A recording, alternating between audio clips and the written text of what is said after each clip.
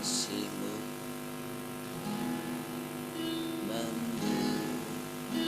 membuatku mengerti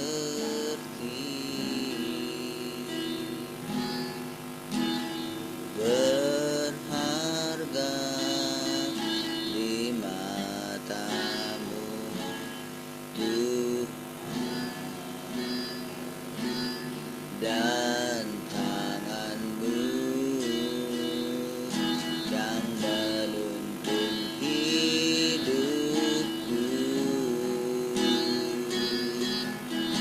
dalam semua rancanganmu Tuhan.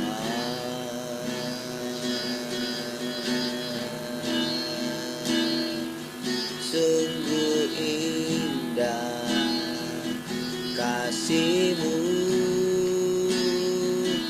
sungguh besar kuasa-Mu. Kau Tuhan penyelamatku, Kau tak pernah berubah untuk menggenapi janji-Mu. Itu yang ku percaya.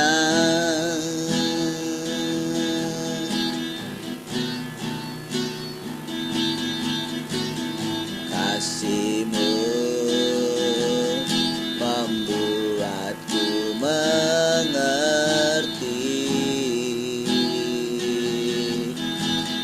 berharga di mata-Mu Tuhan,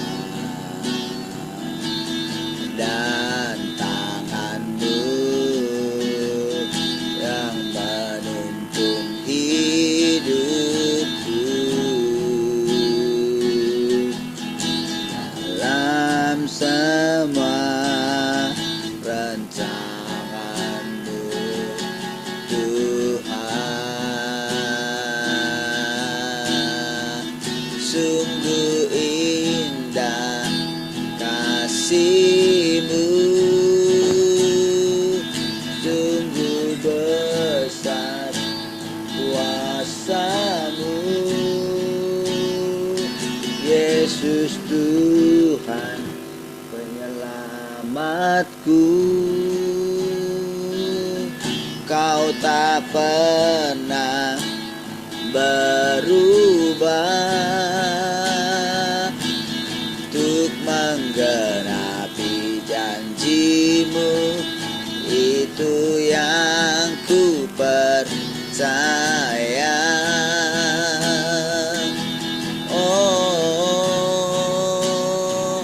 sungguh indah kasih-Mu,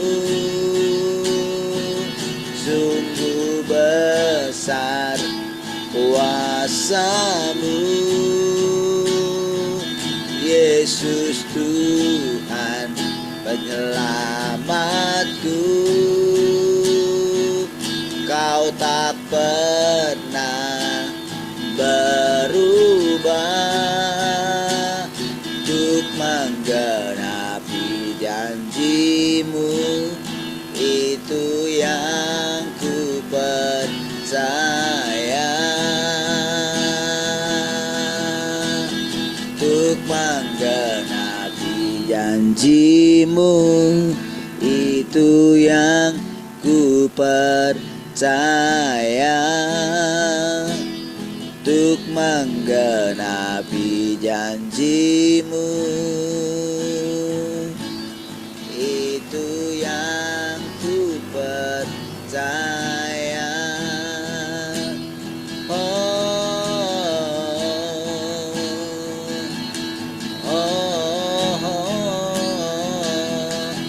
Haleluya, haleluya.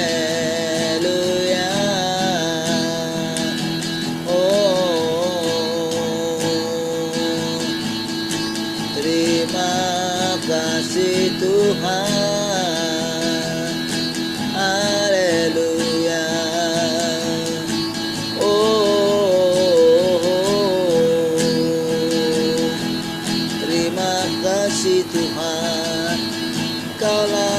segalanya, Kaulah segalanya. Oh,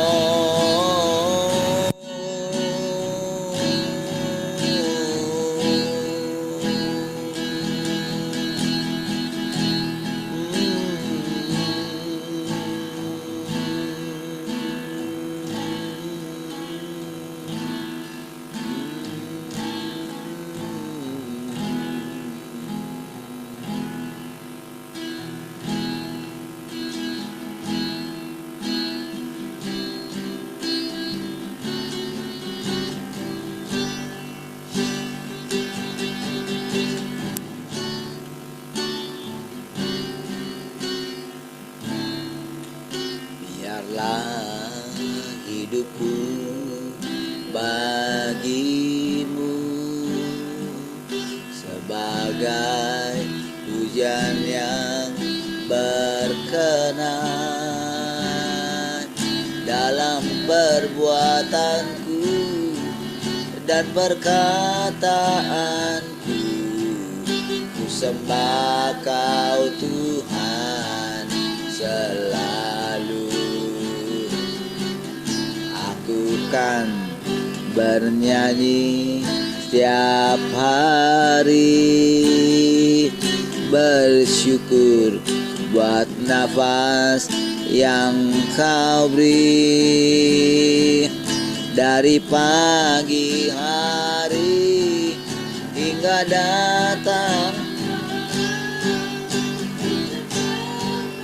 Tuhan selamanya. Seumur hidupku ku sembah Kau Tuhan selamanya. Seumur hidupku ku sembah Kau Tuhan selamanya.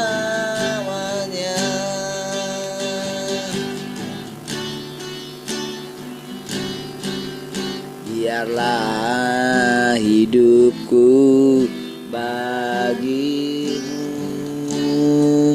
sebagai pujian yang berkenan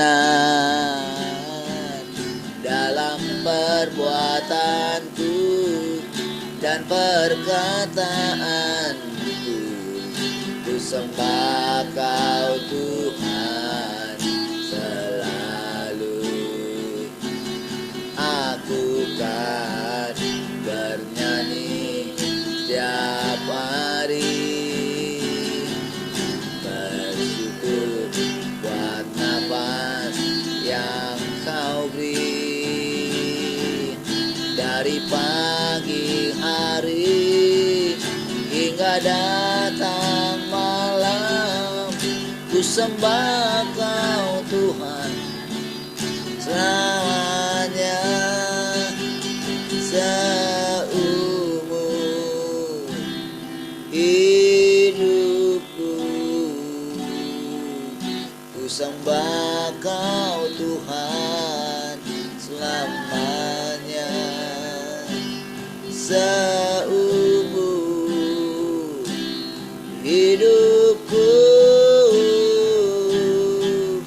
ku sembah Kau Tuhan selamanya. Ku sembah Kau Tuhan selamanya. Ku sembah Kau Tuhan selamanya.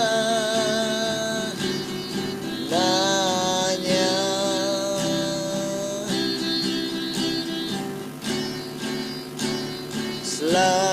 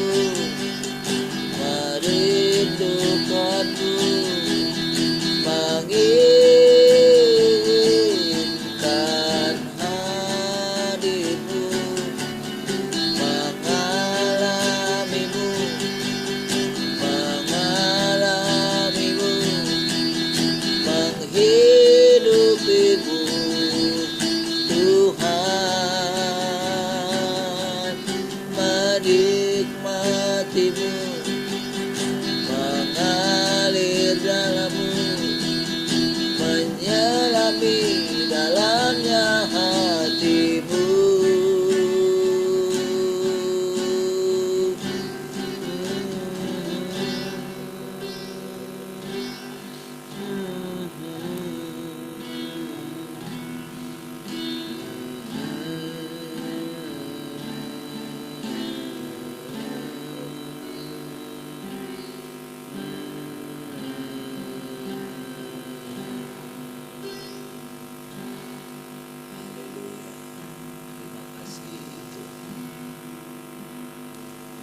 Kami bersyukur setiap hari, kami bersyukur setiap hari di dalam-Mu.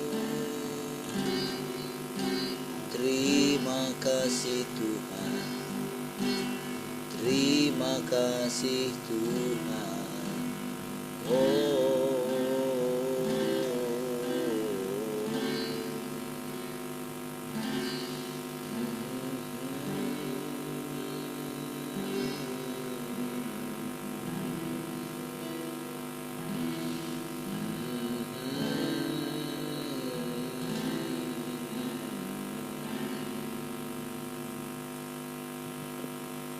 Haleluya, kasih Tuhan. Kami bersyukur pagi hari ini. Kaulah hidup kami Tuhan, Kaulah segalanya bagi kami. Terpujilah Engkau Tuhan, dari saat ini sampai selama-lamanya Tuhan. Kaulah hidup kami Tuhan. Kami terus mengalir bersama dengan Engkau Tuhan. Kami menundukkan hati kami sepenuhnya Tuhan. Pujilah Engkau Tuhan. Silakan Tuhan, Kau ajari kami. Kami tundukkan hati kami. Rindu perkataan-perkataan Tuhan yang keluar dari-Mu Tuhan. Apa yang mau Tuhan katakan hari ini, itu yang kami dengarkan Tuhan. Engkau memurnikan kami dengan perkataan-Mu, menghidupkan kami Tuhan. Terima kasih Tuhan. Haleluya. Mari kita semua yang merindukan Tuhan sama-sama katakan amin.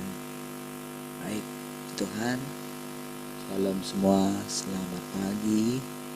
Bagaimana kabarnya?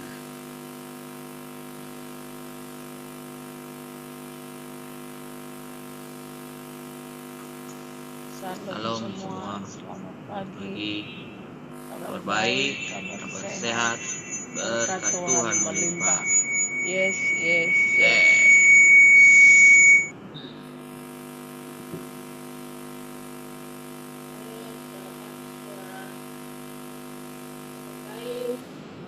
Berkat Tuhan. Yes.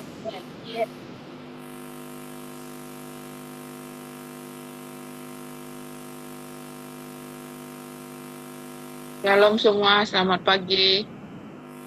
Berbaik, kabar sehat, berkat Tuhan melimpah. Yes. Speakernya Bapak itu suaranya mendengung loh di belakang.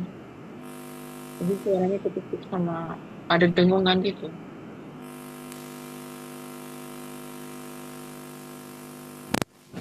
Sekarang cek 1 2. Dengungan apa ya? Udah baru oke, sekarang baru nggak berdengung. Oh, baik. Shalom semua, selamat pagi, kabar baik, kabar sehat, berkat Tuhan melimpah. Yes.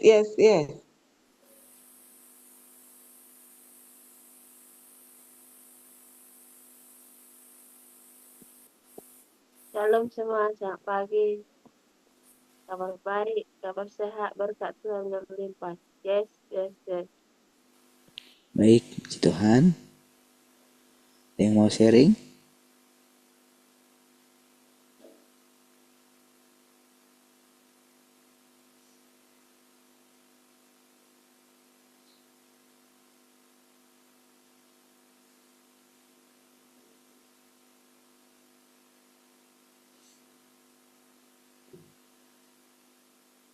Siapa yang mau sharing?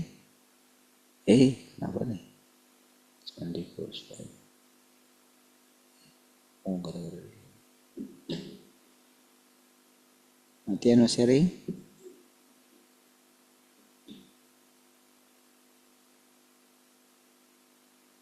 Ini?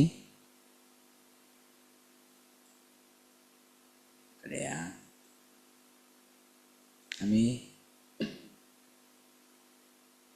Baik, kita lanjutkan lagi ya.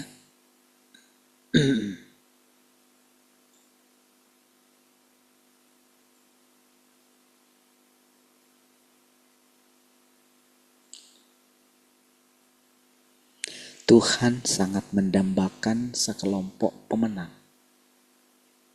Ya.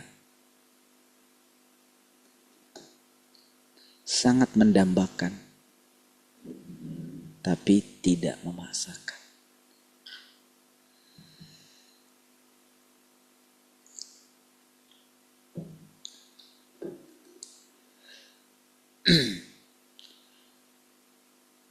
Sekelompok orang yang mampu memahami, mengenal, dan mengerti wataknya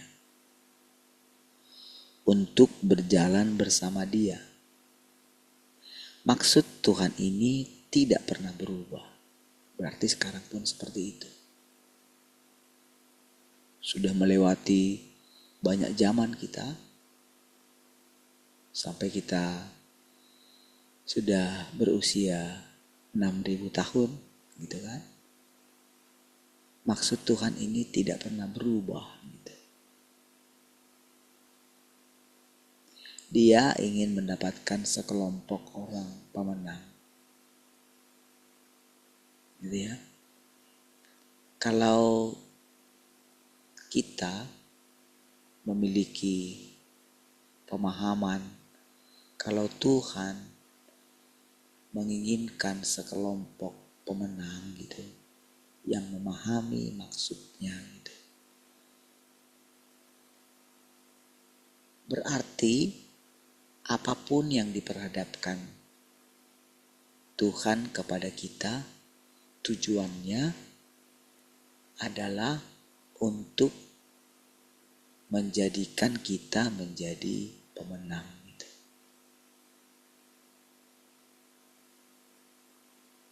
Pasti dari semua yang kita alami itu kadang akan membuat kita itu rasanya mau menyerah. Gitu ya. Pasti. Nah, jadi pada saat seseorang itu ingin menyerah gitu, disitulah dia menggunakan semua kekuatannya dia, sumber daya dia untuk keluar dari keadaan itu. Dan seperti harapan Tuhan dalam hatinya, manusia itu akan datang kepadanya. Dia akan berteriak. Dia seperti domba yang berteriak gitu. Otomatis itu saudara. Harusnya. Ya. Jadi sekarang ini saudara, saya yakin saudara merasakan kedekatan dengan Tuhan gitu. Pasti. Kapanpun gitu. Kapanpun engkau mau berjumpa dengan Dia, kau bisa langsung berjumpa dengan Dia sekarang ini gitu. Ya. Tapi di saat yang sama dia pun menyembunyikan diri gitu. Menarik diri dari kita. Jadi sekalipun dia sangat mendambakan sekelompok orang pemenang, tapi dia tidak memaksakan gitu.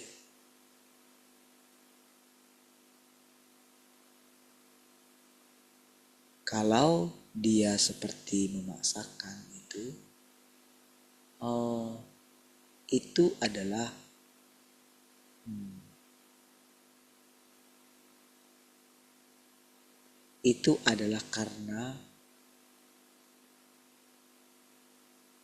karena dia melihat gitu ada hal-hal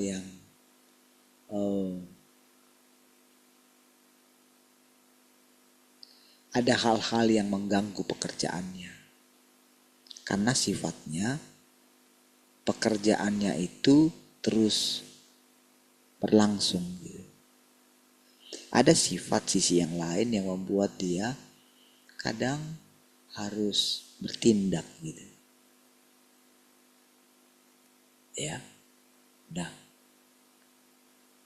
Walaupun kita itu orang yang di dalam hatinya kan sekelompok orang ini kan pasti ada gitu. Sekelompok pemenang ini pasti ada. Tadinya itu masih ada di dalam gagasannya Tuhan gitu. Ya. Namun dia tidak pernah membuat itu secara tiba-tiba gitu. Tadinya kan di dalam angan-angannya Tuhan, jadi gagasan itu kayak angan-angan ya.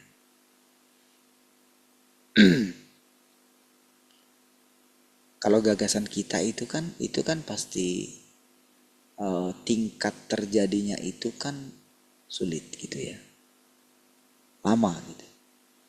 Tapi kan atau bisa jadi bisa enggak kan gitu. Tetapi kalau gagasannya Tuhan itu kan sudah pasti terjadi. Nah, tetapi bagaimana terjadinya itu Tuhan tidak mau memaksanya. Jadi dia menunggu manusia itu bereaksi gitu. Nah, jadi yang membuat Tuhan akhirnya dia itu mengatakan tidak baik manusia itu seorang diri, kan itu kan awal-awal kan.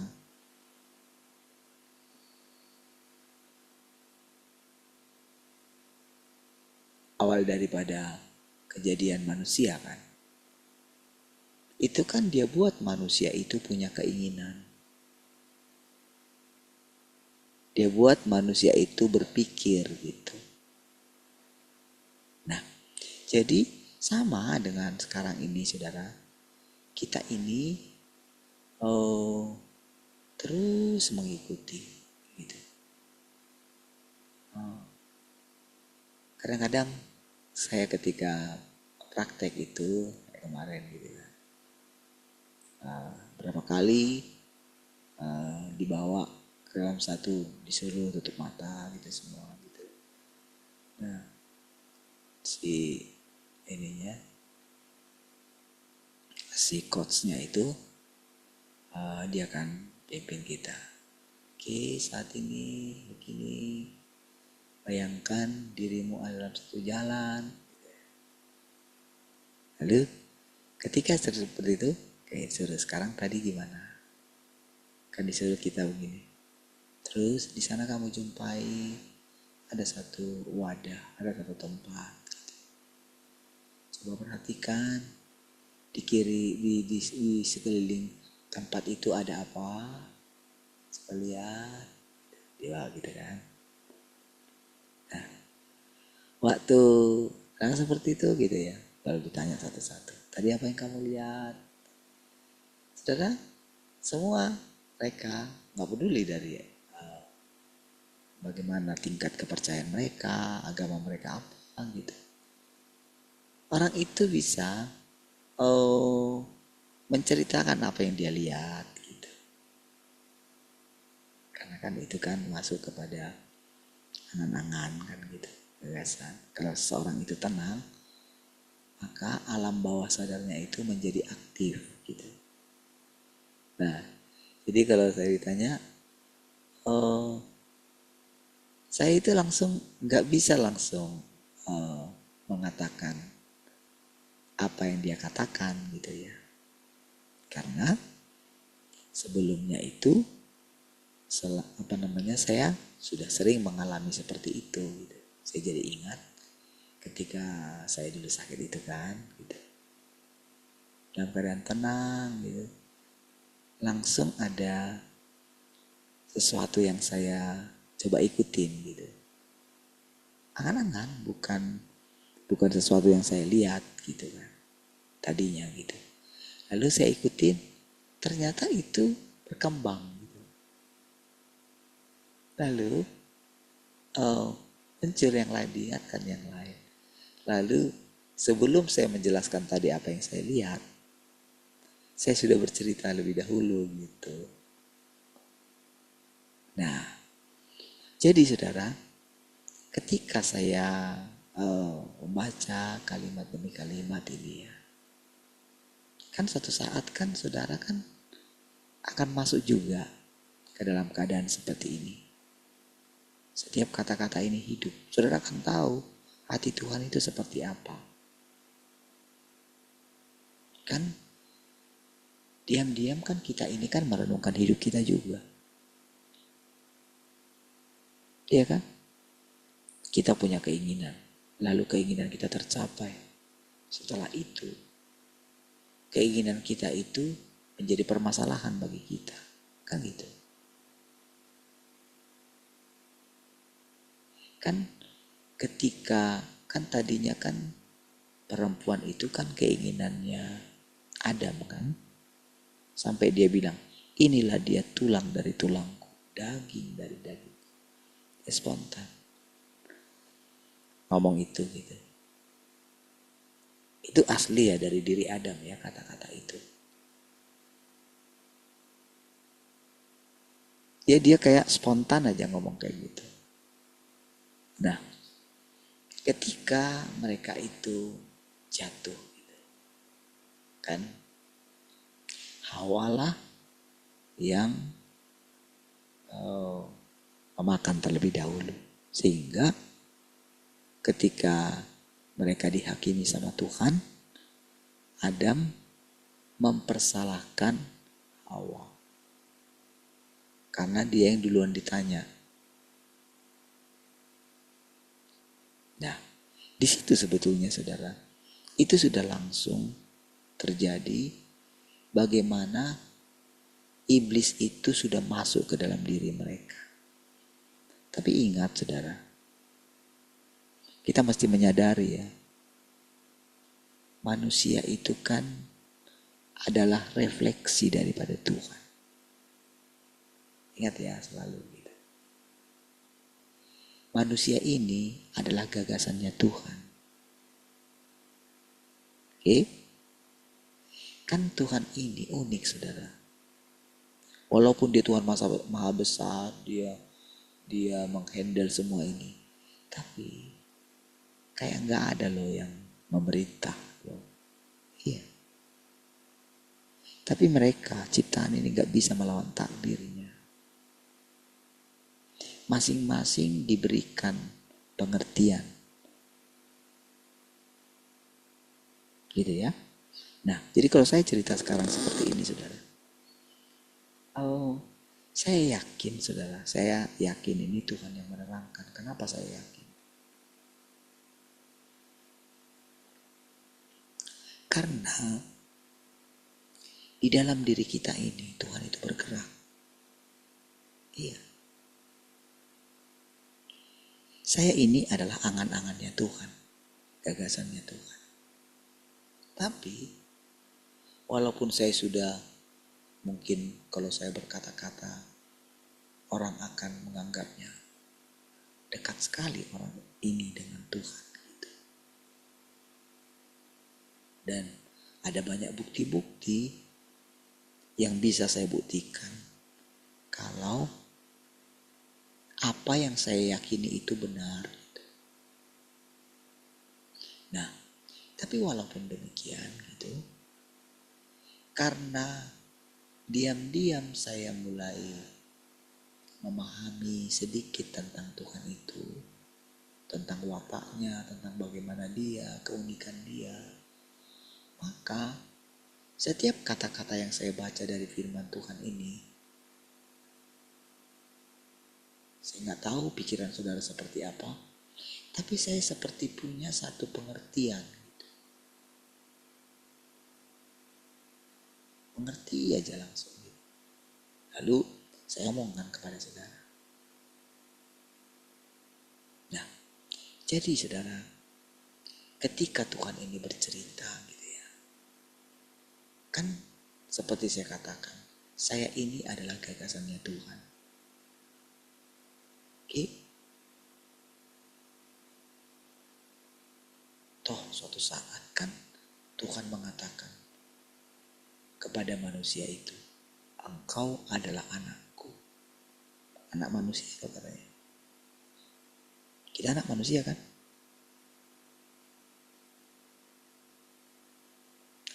Kalau saudara menerima bahwa engkau anak manusia, maka perkataan Tuhan itu adalah untuk engkau. Oke? Hanya saja dalam perjalanannya kita itu akan melihat diri kita itu gak layak untuk itu. Iya. Tetapi dari pihak Tuhan, dia tetap menunggu kita. Oh, gak ada batasan waktu sama Tuhan. Gak ada. Kitalah yang punya batasan waktu. Iya.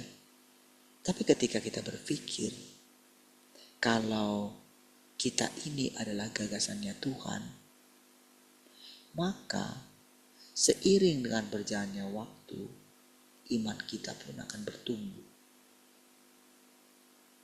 Sehingga kalau kita yakin kita ini adalah gagasannya Tuhan, maka suatu saat gagasannya Tuhan itu pasti terjadi. Makanya dikatakan tadi, dia merindukan sekelompok orang pemenang yang nanti akan memerintah bersama-sama dengan dia. Di mana dia berkata, masuk sabaslah engkau hai hambaku. Ya. Marilah masuk ke dalam kebahagiaan Tuhanmu, katanya. Ya. Begitu kita mengikuti sekarang Tuhan yang unik ini, saudara ya, maka banyak kan kita dengarkan firman-Nya gitu, perumpamaan tentang anak yang hilang. Coba saudara lihat ketika anak yang bungsu itu kembali ke rumah, di situ benar-benar tidak ada kita lihat. Kan kalau kita lihat di situ, kan belum ada buah pertobatan daripada si anak itu, belum ada. Buahnya itu belum ada. Dia awalnya itu hanya karena dia sudah gak bisa makan lagi, dia sudah sangat menderita. Baliklah dia. Langsung, dia dikasih pakaian, gitu kan. Dia disuruh mandi, ya kan. Dikasih pakaian. Disuruhlah dibuatkan pesta.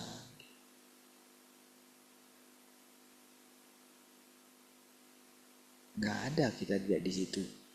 Apakah anak yang bungsu itu dia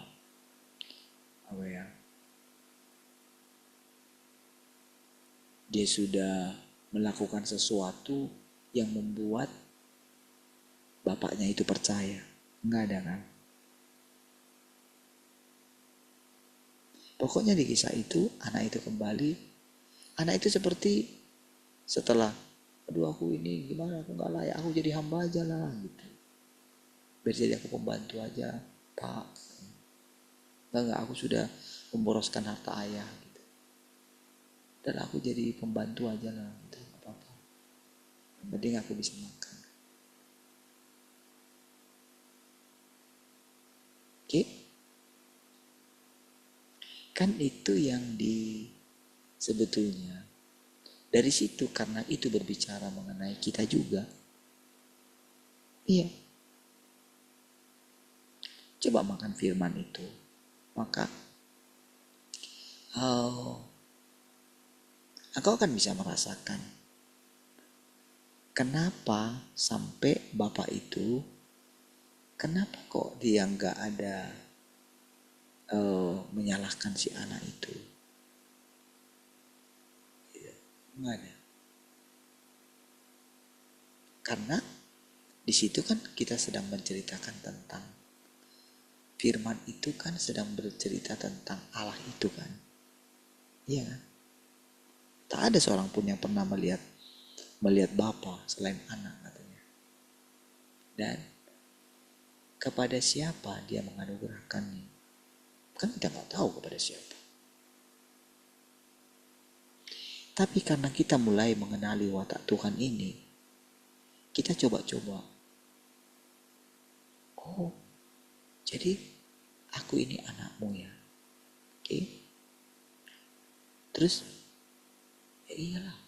Kan manusia itu diciptakan dari nafasnya Tuhan. Berarti sebelum manusia itu ada, manusia itu ada di dalam gagasannya atau idenya Tuhan. Kan dituangkannya. Apalagi ketika berikutnya dia mengatakan, inilah anakku. Ya. Itu sebetulnya tidak berbicara mengenai Yesus saja. Cuman supaya manusia ini fokus, makanya kan Yesus itu kan walaupun dia sangat tinggi sekali, tapi dia itu kan kayak jadi kakak sulung kita kan. Betul nggak? Kan kita adik-adiknya dia. Ya kan firmannya jelas. Makanya Yesus bilang, aku tidak menyebut kamu lagi hamba, tapi sahabat.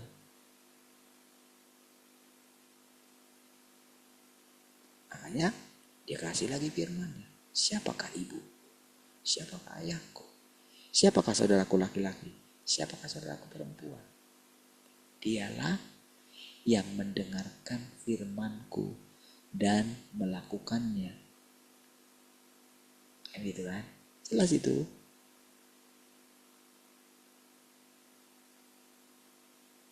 Nah, jadi dari situ kita mulai memahami sedikit demi sedikit.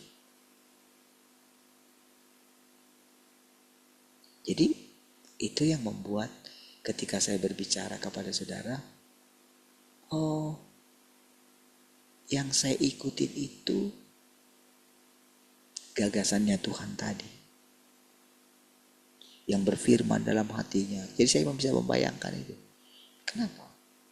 Karena memang kan Tuhan itu bisa buat apa saja.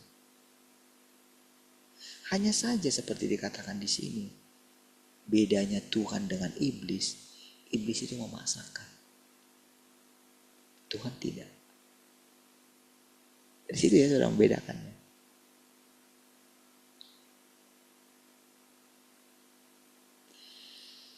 Ketika manusia itu dia kembali gitu kan dia pengen melakukan sesuatu, ya kan? Tetapi di kisah anak yang kembali kan nggak ada dibilang di situ.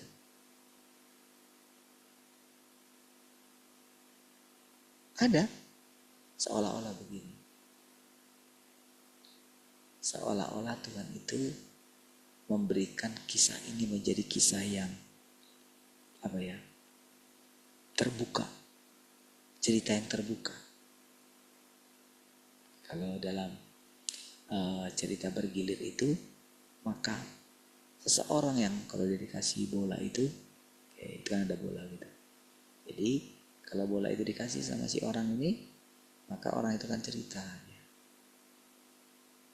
Hak melanjutkan cerita itu ada di dia.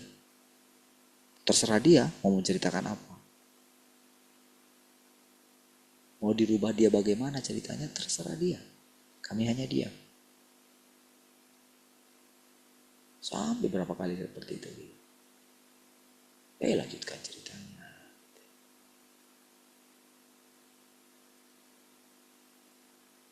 Nah, jadi ketika saya jadi kan saya asisten beberapa orang gitu kan. Yang saya ikutin tipenya dia, tipenya coach yang ini seperti ini, yang ini seperti ini. Nah, saya ikutin aja. Saya disuruh oke.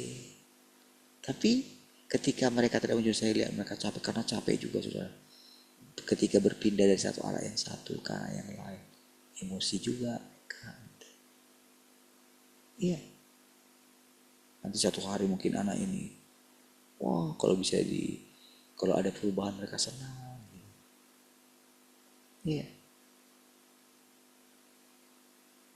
Jadi ketika ada perubahan itu, wah mereka cerita, yang lain, kos yang lain iri. Belum lagi mereka itu menghadapi permasalahan mereka sendiri.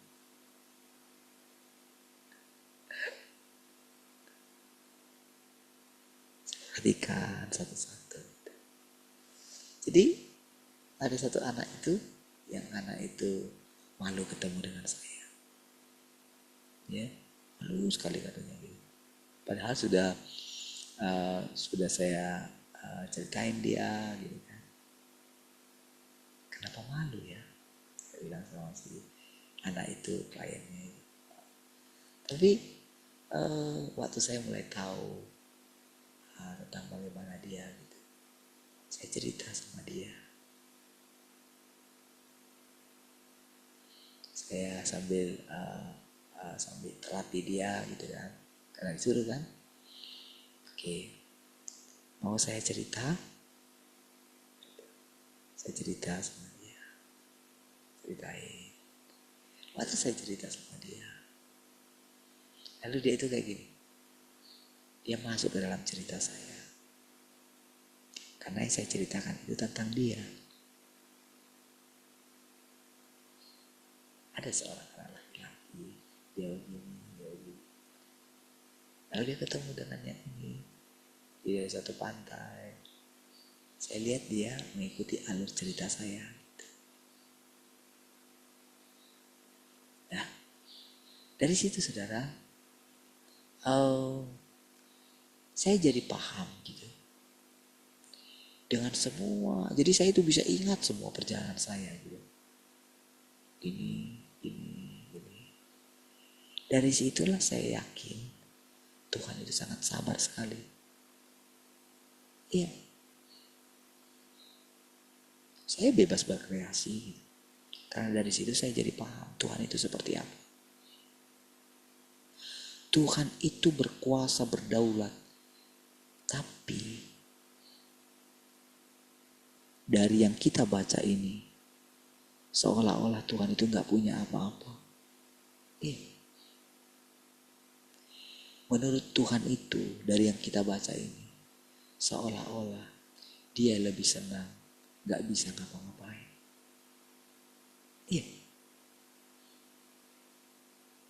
Karena kan dia sudah, memang pada dasarnya kan Tuhan itu, aslinya dia kan, dia mengatur segala sesuatu, dia gembala, dia guru, dia raja, orang yang sangat berhikmat, kan gitu kan. Ya, makanya iblis itu iri.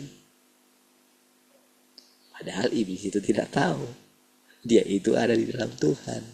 Gak bisa dia ngapa-ngapain gitu. Nanti lama-kelamaan iblis itu ngerti juga dia.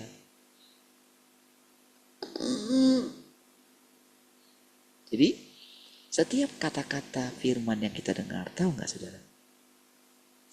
Entah dari mana itu saudara. orang ini dia itu hanya ngikutin flow-nya. Iya. Dia tidak menyimpang, daripada Alkitab dia nggak menyimpang. Tapi bagaimana proses terjadinya Alkitab itu, orang ini tahu. Iya. Jadi ketika dia berani mengatakan kalau dia itu sama, dia adalah Yesus yang datang kedua kali. Berubah, saudara. Oh, itu pasti tantangannya banyak. Masuk dari dirinya sendiri. Iya.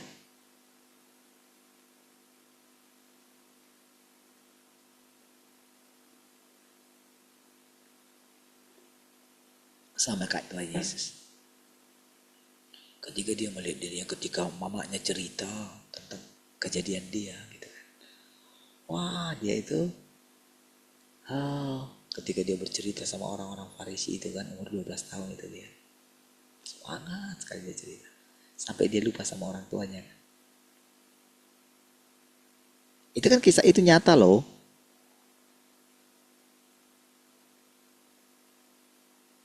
Kan dia itu kan, dia bilang sama orang tuanya, kenapa sih mak harus cari aku? Kan aku harus di sini. Mamanya bilang, mamanya, kenapa sih kamu ini nak? Lihat, bapak sudah marah loh. Mungkin si Yusuf bilang, udah kita datang jauh-jauh ke sini, masih kayak gitu dia.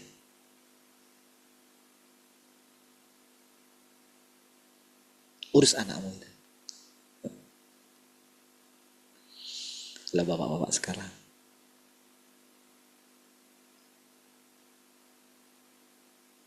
Apa kalian tidak tahu kalau aku harus di rumah bapakku, katanya. Tapi setelah itu kan dia sadarkan.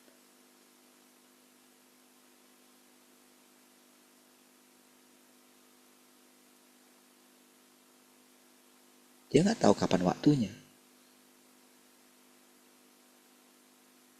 Tapi setelah dia memulainya, barulah di situ muncul.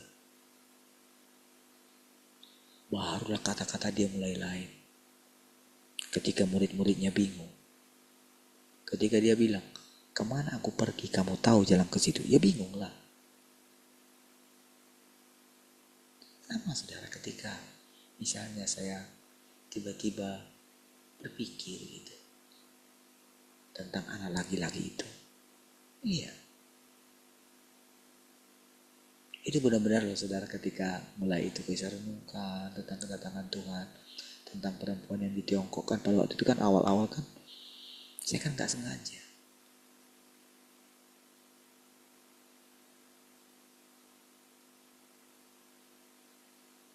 Karena, kenapa saya tertarik? Karena dulu ketika saya lahir baru, itulah yang saya tanyakan. Jadi ketika saya mulai berpikir gitu, oh katanya perempuan yang melahirkan itu dibawa ke padang gurun, gitu. Dia punya sayap, katanya kan kayak gitu. Tapi anak laki-laki itu katanya dirampas. Ya kan, jadi seperti ada kelanjutan gitu. Lalu ketika saya renungkan diri saya, kok saya ada miripnya ya gitu. Itu saya pikir gitu awalnya. Oh saya itu berontak, guling-guling gitu kan.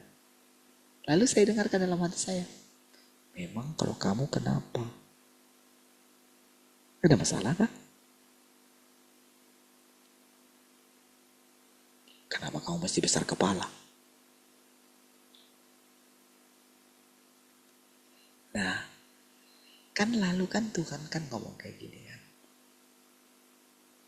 Ketika Filipus bilang, Guru, tunjukkanlah Bapa itu. Itu sudah cukup bagi kami. Dia bilang kayak gini, Kau ini gimana sih? Sekian lama aku bersama dengan kamu. Kamu belum melihat Bapa? Sini Filipus. Lihat ya. Percayalah. Kalau engkau melihat aku, engkau sudah melihat Bapa. Karena gini saudara. Karena seperti itulah pengalaman Tuhan Yesus mengenal Bapaknya itu. Iya.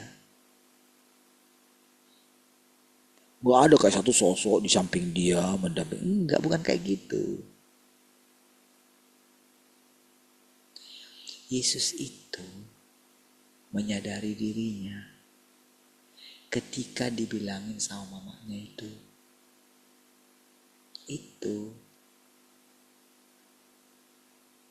Lalu dia mulai melihat bagaimana dia disertai oleh seorang pribadi yang mereka percayai itu.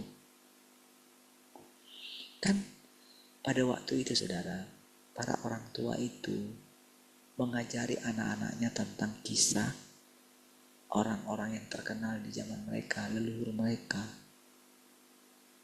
Mereka sudah terbiasa menceritakan semua kisah-kisah dalam Alkitab. Sudah terbiasa. Tentu sesuai dengan zamannya itu ya. Jadi, kalau boleh dikatakan, Yesus pun, kalau boleh dikatakan, orang-orang sezamannya itu menantikan Mesias itu juga. Iya.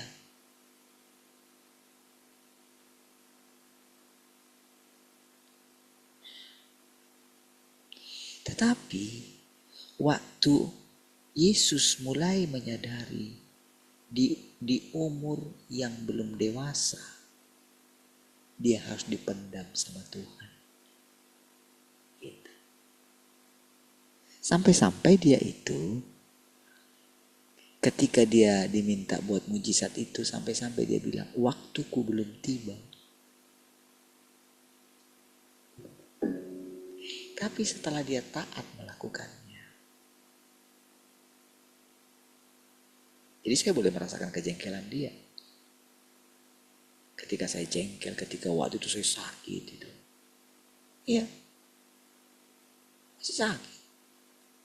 Kurus sekali. Ayo. Wah, rasanya maksa itu gak tahu saya. Akhirnya dia pergi sendirian. Ada teman yang lain. Tapi akhirnya saya pergi. Tapi dari situ saya mulai melihat.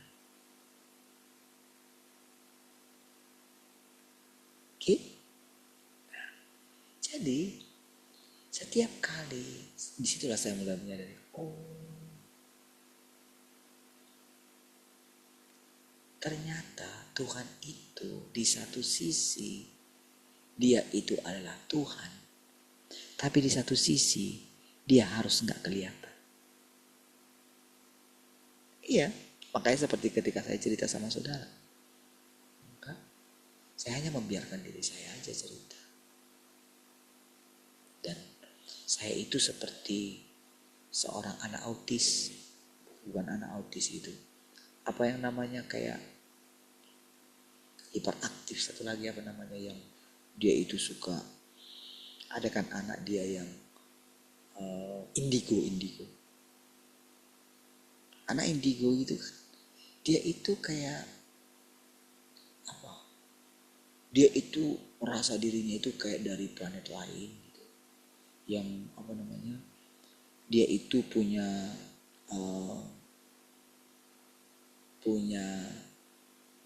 karakteristik yang berbeda gitu dengan manusia lain.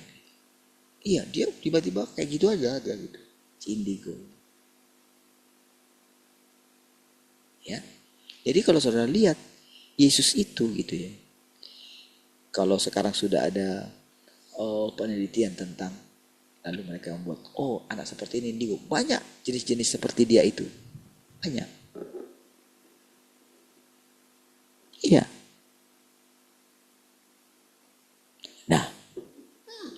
Jadi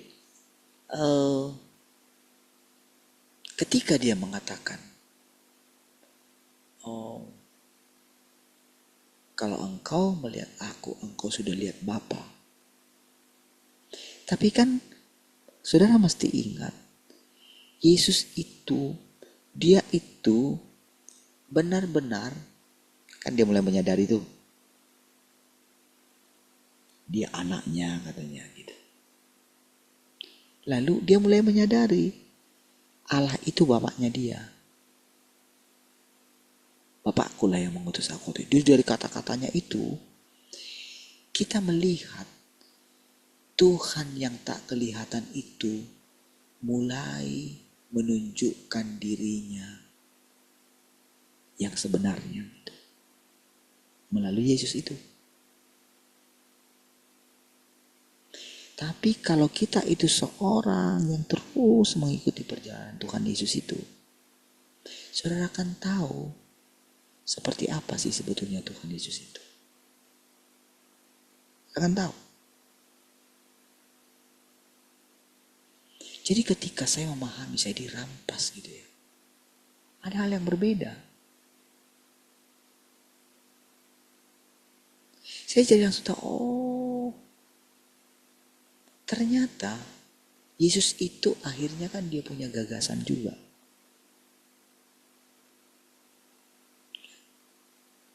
Makanya ketika dia merasa dia tidak bisa membantah bapaknya gitu, tapi di satu sisi dia melihat bagaimana sebetulnya bapaknya itu sangat mengasihi dia. Iya, dia tahu gitu.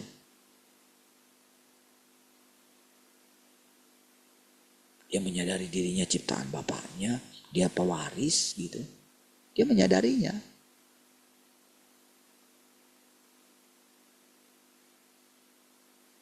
Makanya ketika dia mulai kan bersentuhan dengan dagingnya sendiri, ya kan? Kan dia mulai berpikir, kalau bapak itu kan masa menghendaki anaknya seperti ini gitu. Aku ini loh anaknya loh. Aku ini loh yang akan melanjutkan nanti kan pewaris, ahli waris dia. Kira-kira kayak gitu. Kalau pengertian kita sekarang gitu. Sayalah yang akan melanjutkan perusahaan bapakku ini. Kira-kira kayak gitu loh. Kalau bapakku ini gak ada lagi. Kan kayak gitu.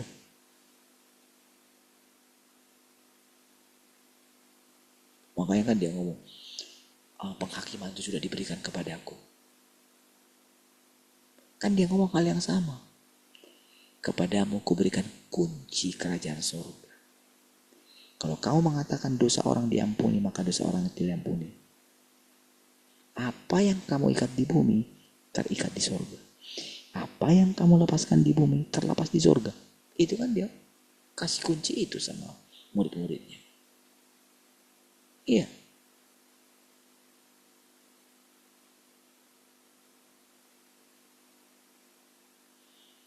Kalau engkau percaya, engkau diberikan kunci itu, maka jadilah itu kepada dirimu.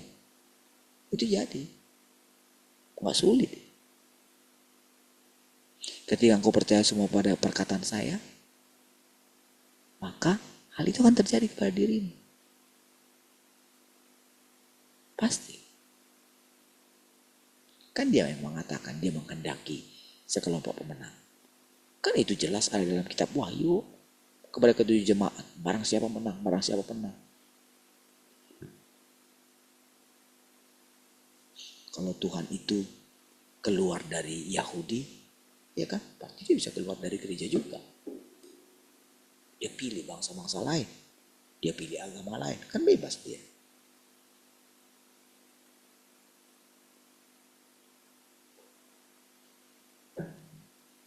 Oke, lihat di situ, dari situ aja saudara, coba pahami.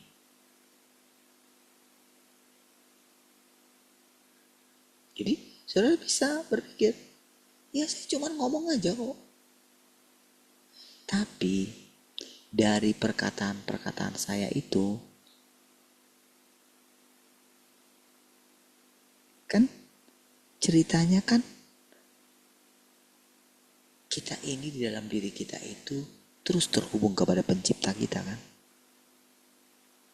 Ketika saya cerita seperti itu, sebetulnya yang saya ceritakan tentang Tuhan. Karena kan saya idenya Tuhan. Saya gagasannya Tuhan. Iya. Kalau Tuhan tuh menuntut, orang siapa mengasihi aku, bla bla bla gitu. Oke, apa kita sanggup? Keinginan memang ada. Tapi apa sanggup kita mentaatinya? Mana sanggup.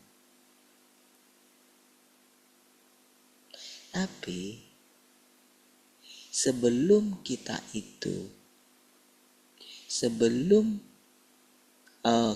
mengatakan aku nggak sanggup, kita diminta dia apa? Kan taat. Kan ketaatan Abraham yang memuaskan hati Tuhan. Walaupun Abraham itu belum mengenal Tuhan. Masih sangat jauh katanya. Sekarang ketika kita mendengar perkataan-perkataan ini, apa yang mau kita ucapkan? Itu harus menjalaninya.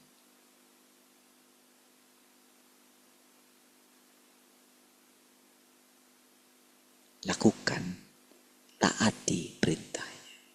Dia suruh makan, makan. Dia suruh jangan khawatir, jangan khawatir. Dia bilang, oleh bilur kamu sudah sembuh. Percaya. Pegang. Gitu ya.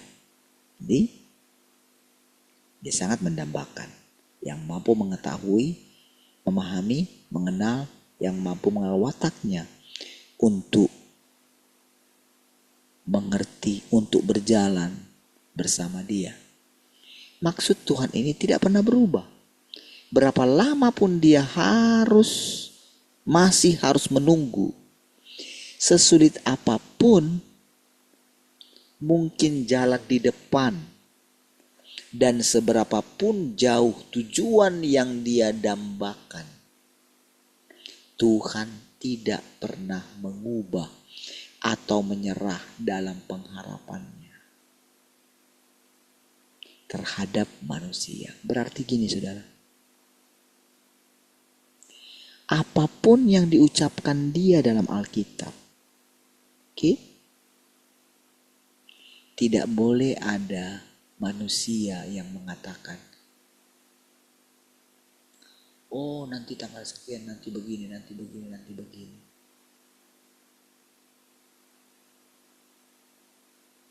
Gak perlu kamu tahu kapan. Anak manusia pun tidak tahu, dia membatasi dirinya kok.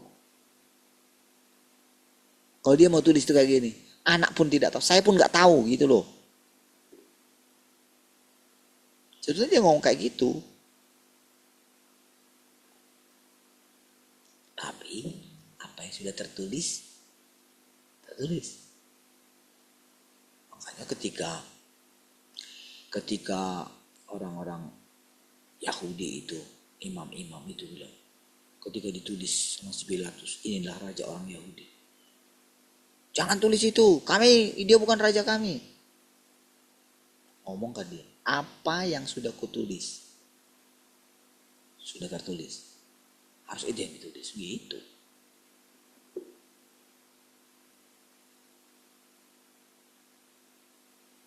Iya. Jadi apa yang sudah kita ucapkan, pemahaman kita, ketika dikatakan nggak peduli kapan,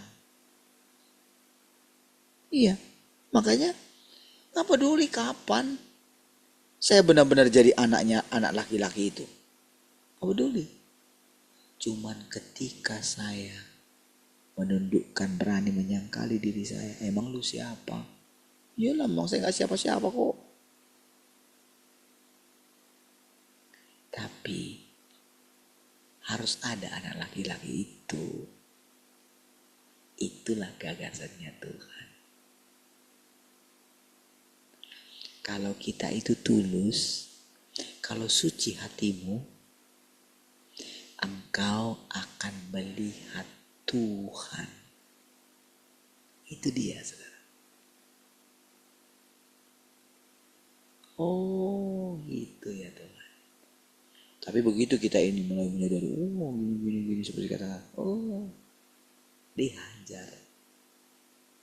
Makanya sampai, kalau boleh lalukanlah cawan ini. Tapi kalau kehendakmu, piye juga ya. Kalau aku harus melewati itu gimana juga ya. Gitu loh saudara. Iya, jadi perkataan-perkataan Tuhan itu jadi pengalaman kita. Itulah jalan kebenaran dan hidup.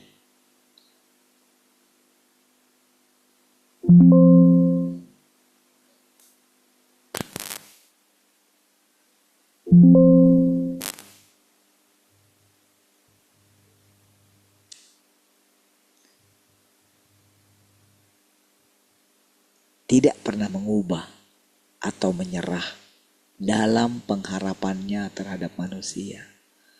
Sekarang setelah aku mengatakan ini, apakah engkau semua memahami sesuatu tentang maksud Tuhan? Mungkin apa yang telah kau pahami belum terlalu mendalam, tetapi pemahaman itu akan datang secara berangsur-angsur. Itu yang sedang kita alami dari pertumbuhan kita itu, saudara. Dari perjalanan kita selama ini, pemahaman itulah yang berangsur-angsur. Iya. Sampai kita mengerti. Sampai rasanya setelah kita melewati satu batasan dari usia kita, di kehidupan yang akan datang, kita pasti hidup lagi. Iya. Kita tidak pernah mati. Kita hidup selama-lamanya. Haleluya. Kita berdoa. Terima kasih Tuhan. Kami sangat bersyukur untuk persekutuan ini. Karena Tuhan sudah menolong kami. Terpujilah Engkau Tuhan. Dari sekarang sampai selama-lamanya. Apapun aktivitas kami hari ini, kami melakukannya di dalam Tuhan, bersama Tuhan. Terpujilah Tuhan. Haleluya. Sama-sama katakan amin. Sudah siap foto anak-anaknya? 1, 2, 3. Selamat sekolah. Baru tua, Kak Glory. Puji Tuhan semua. Tuhan memberkati.